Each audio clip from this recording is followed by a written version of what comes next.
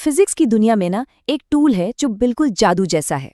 इसका नाम है डायमेंशनल एनालिसिस। लेकिन आज हम इसके जादू के बारे में नहीं, बल्कि इस जादूगर की हदों के बारे में बात करेंगे।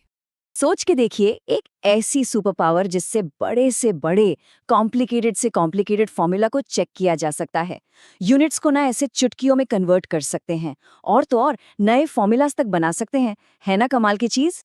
लेकिन जैसा कहते हैं ना, हर सुपर हीरो की कोई ना कोई कमजोरी होती है, तो इस जादूगर की भी है।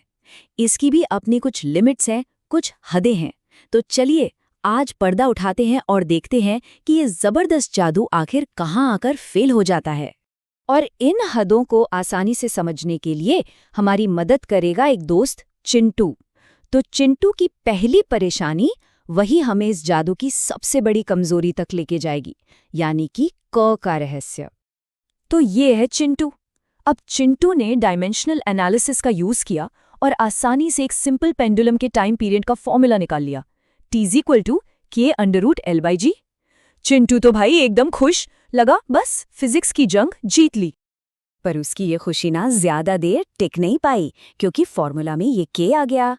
देखिए, डायमेंशनल एनालिसिस ने ये तो बता दिया कि टाइम पीरियड T लेंथ और ग्रेविटी पर कैसे डिपेंड करेगा, पर इस K की वैल्यू क्या है?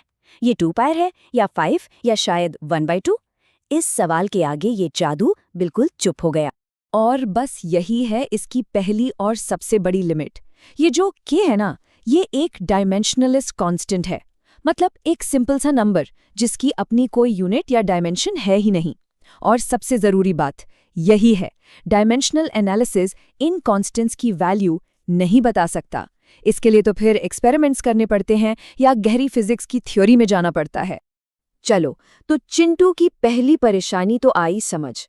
अब आगे बढ़ते हैं उसकी दूसरी मुश्किल की तरफ।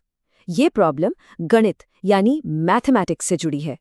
ये वो जगह है जहां प्लस और माइनस के साइन इस जादू के रास्ते में स्पीड ब्रेकर बन जाते हैं।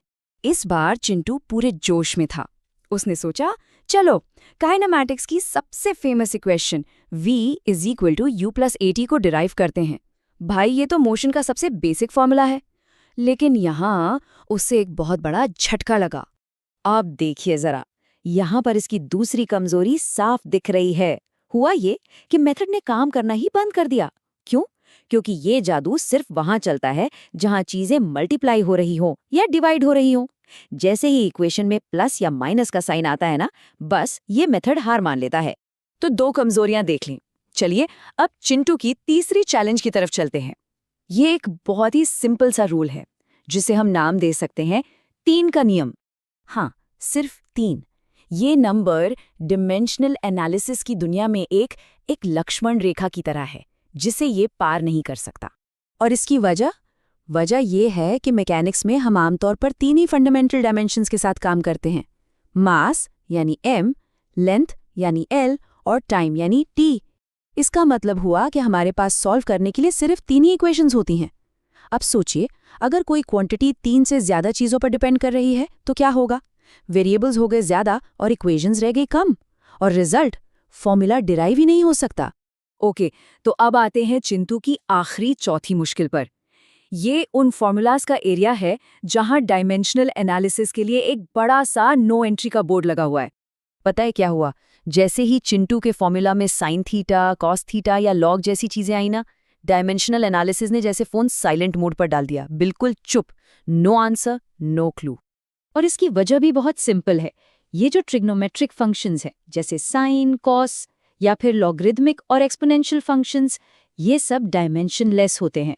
मतलब इनकी कोई डायमेंशन होती ही नहीं, और जो चीज डायमेंशनलेस है वो इस मेथड के रेडार से ही बाहर है। तो चिंटू के इस एडवेंचर से हमने इस जादू की ताकत और इसकी कमजोरियां दोनों को काफी अच्छे से समझ लिया है। चलिए अब सब कुछ एक साथ एक फाइनल स्कोर कार्ड में देख लेते हैं, ताकि सारी चीजें बिल्कुल क्रिस्टल क्लियर हो जाएं। तो आखिर ये जादू क्या कर सकता है? अच्छा, ये यूनिट्स कन्वर्ट कर सकता है, ये चेक कर सकता है कि कोई फॉर्मूला सही है या गलत, और हाँ, सिंपल फॉर्मूलाज डिराइव भी कर सकता है। लेकिन क्या नहीं कर सकता? ये K जैसे कॉन्स्टेंट्स की वैल्यू नहीं बता सकता। प्लस माइनस वाले फॉर्मूलाज इसकी बस की बात नहीं। 3 से ज़्यादा वेरिएबल्स हो जाएं तो ये हाथ खड़े कर देता है।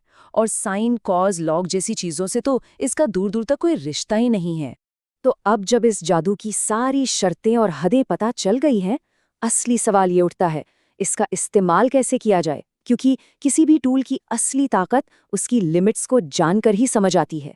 ये जानना कि एक औजार कहाँ काम करेगा और कहाँ नहीं, यही उसे एक मास्टर की तरह इस्तेमाल करने का पहला कदम है।